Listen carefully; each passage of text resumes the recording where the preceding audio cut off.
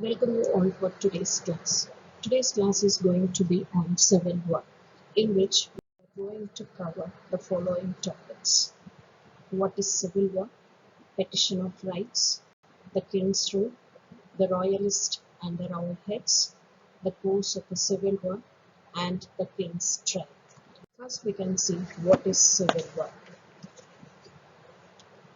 Here, James I, the first Stuart king of England, became the king in the year 1603. From this time onwards, there was a cold war between the king and the parliament. This ended with the Civil War, and that resulted that the parliament was more powerful than the king. The Civil War also crushed the theory of divine right of kings. According to this theory, the king was nominated by God, so he was responsible only to God. The parliament had no right to question him, and James I and his son Charles I were strong believers of this theory. Always there was a discussion between James I and the parliament.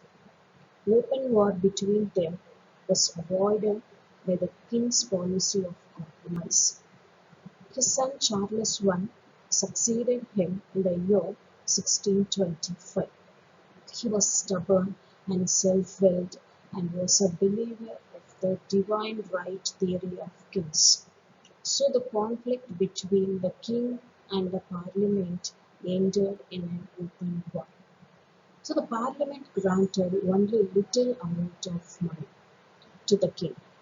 So the king dismissed the first parliament and he imposed taxes as he went. So again, the second parliament was summoned. As it was also disobedient, it was dissolved and its leaders who opposed the king were arrested.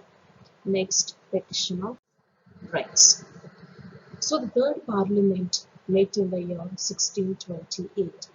It framed the petition of rights, which disallowed the king to raise money or imprison people or declare martial law without the acceptance of the parliament. So, as the king did not abide by the charter, once again the parliament was dissolved and the members were arrested. So, next, king's rule. So, the king's rule from the year 1629 to 1640, the king ruled the country with the help of his favorites, that is Thomas Wentworth and Archbishop Laud, without any parliament, without any disturbance of the parliament. And then the king decided to raise his income by collecting ship money from the entire country. Here, the ship money was a tax imposed on the people to maintain ships for the protection of the coastal area. So in past, before the king came to the power, ship money was collected only from the people living near coastal areas. So people opposed the tax under the leadership of John Hampden. And Presbyterianism is a religion in Scotland. Charles, by the advice of Laud, tried to impose Anglican rituals on the Scottish Church. So it resulted in revolution. As the king did not have enough resources to fight against the revolutionaries, he made peace with them, and Presbyterian again it became the religion of Scotland. Now the king understood that the only way to solve his problems and to establish his supremacy was to summon the parliament. So he put an end to his personal rule and convened the parliament in the year 1640. The parliament sat for a long time, so it was called as Long Parliament. The parliament was oppressive to the king and to his favorites, the Earl of Stafford and Archbishop Laud. They were arrested and they were executed. So the Puritans dominated the society and the parliament, and they wanted to put an end to episcopacy. Those who objected this supported the king. Next comes the Royalists and the Roundheads. So the whole nation was divided into two groups. One group supported the king and the other the parliament. The supporters of the king were called royalists or roundheads, or we can say cavalries. So this group included a number of nobles, richmen, clergies, supporters of the Anglican Church, pleasure-loving people, and the Roman Catholics. These people we can consider them as royalists. And next comes the roundheads. They were so called because they cropped their head short and round.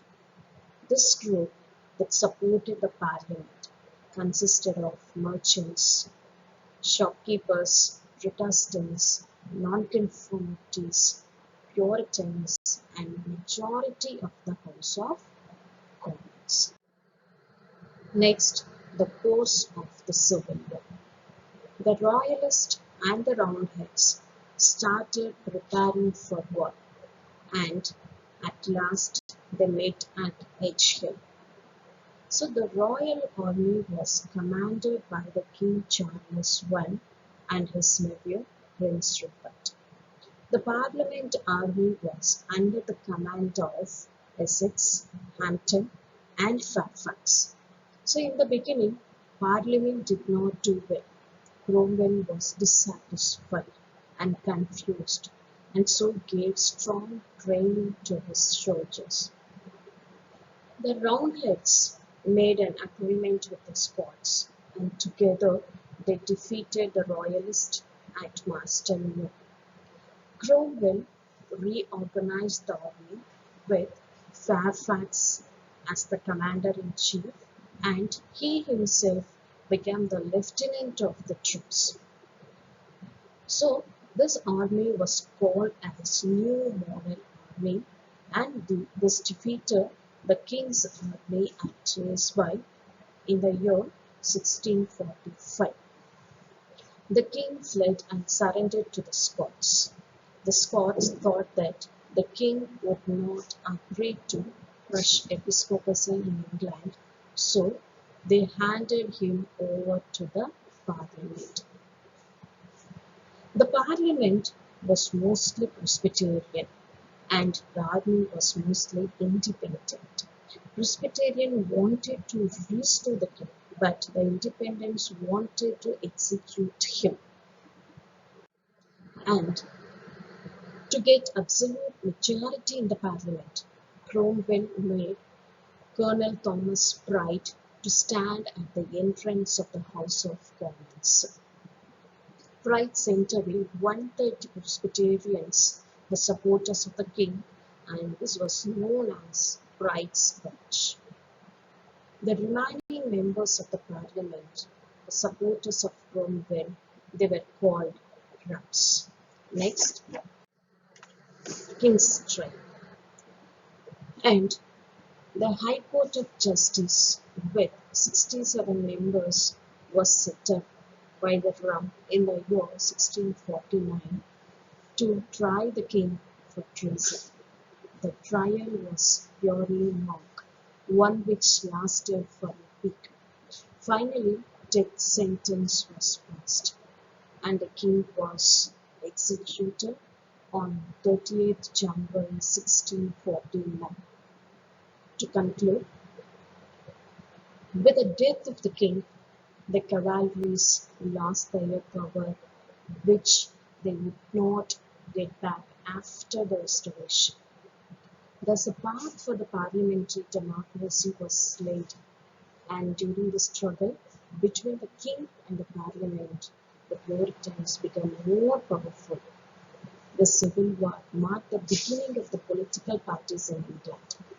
The Royalists and the Roundheads were the first two political parties which later evolved into different political parties.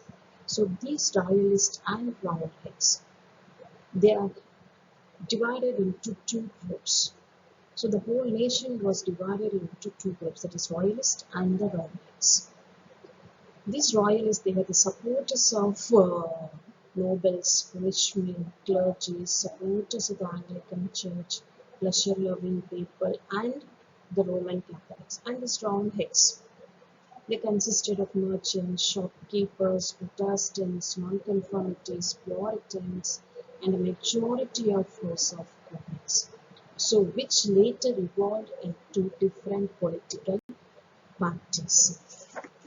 Thank you.